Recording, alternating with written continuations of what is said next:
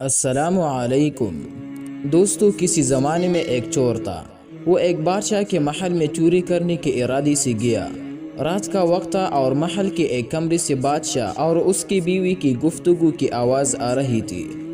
وہ کھڑے ہو کر سننے لگا۔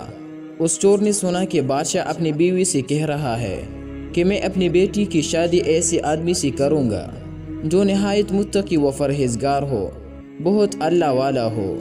جب چور یہ بات سن رہا تھا تو اس کے دل میں خیال آیا کہ کیوں نہ میں کچھ ایسا بن کر دکھاؤں کہ بادشاہ میرے ہی ساتھ شہزادی کی شادی کر دے۔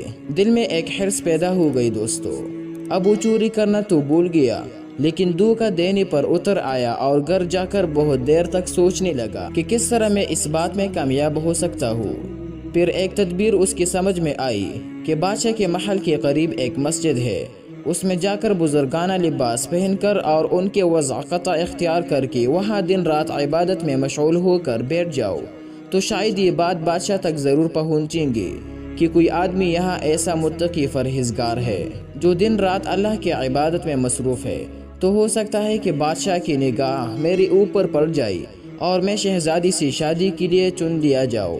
یہ اس چور کا ایک نہایت حقیر اور ذلیل دنیاوی مقصد تھا جس کے لیے اس نے یہ ارادہ کیا۔ پھر اس نے دوستو اپنے پروگرام کے مطابق بزرگانہ لباس و پوشاک وضع قطع اختیار کر کے اس مسجد میں جا کر نمازوں پر نمازیں، ذکر و تلاوت، مراقبہ سب شروع کر لیا۔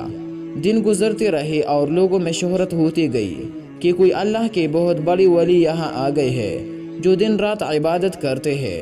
یہاں تک کہ یہ بات بادشاہ تک پہنچ گئی کہ یہاں کوئی اللہ والے آ کر بیٹھے ہیں، جوان زہد و عبادت میں لاجواب، تقوی و طہارت میں بے نظیر۔ جب بادشاہ کو یہ بات معلوم ہوئی دوستو تو انہوں نے اپنے ارادے کے مطابق غور و فکر شروع کر دیا کہ شہزادی کے متعلق جو سوچا تھا اس کے لیے اسی کا انتخاب کیوں نہ کر لیا جائے۔ بادشاہ نے اس سلسلے میں گفتگو کے لیے اپنے وزیر کو بھیجا۔ وزیر اس شخص کے پاس مسجد پہنچا اور باادب ہو کر اس سے کہا کہ میں آپ کی خدمت عالیہ میں بادشاہ کی طرف سے ایک پیغام لے کر آیا ہوں۔ اس نے پوچھا کہ کیا پیغام ہے؟ وزیر نے بتایا کہ بادشاہ نے کئی سال پہلے یہ فیصلہ کر لیا تھا کہ وہ اپنے بیٹی کا نکاح ایک ایسے شخص سے کریں گے جو بڑا متقی و پرہیزگار ہو، اللہ والا ہو، اور اس کی تلاش میں تھے۔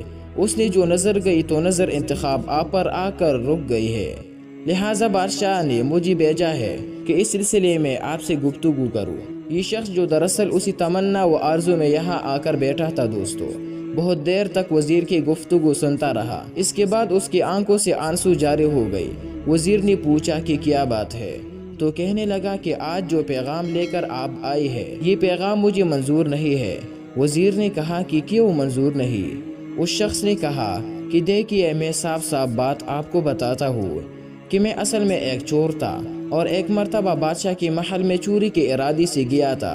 پھر جو کچھ بھی ہوا اس کو سنایا دوستو، اور اس کے بعد اس چور نے کہا کہ میں نے تو یہ وضع قطع اسی حرص کی وجہ سے اختیار کی تھی، لیکن میں یہاں آ کر بیٹھا تو میرے خدا نے مجھے اپنا بنا لیا۔ اب بس اس کے بعد مجھے اور کسی کی ضرورت نہیں، میرے لیے خدا کافی ہے۔ بے شک دوستو، جب عبادت ہو جائے، نماز ہو جائے، ذکر ہو جائے اور ہماری دیگر عبادت واقع عبادت ہو جائے تو بے شک یہ نماز اور عبادت انسان کو برائیوں سے روکتی ہے۔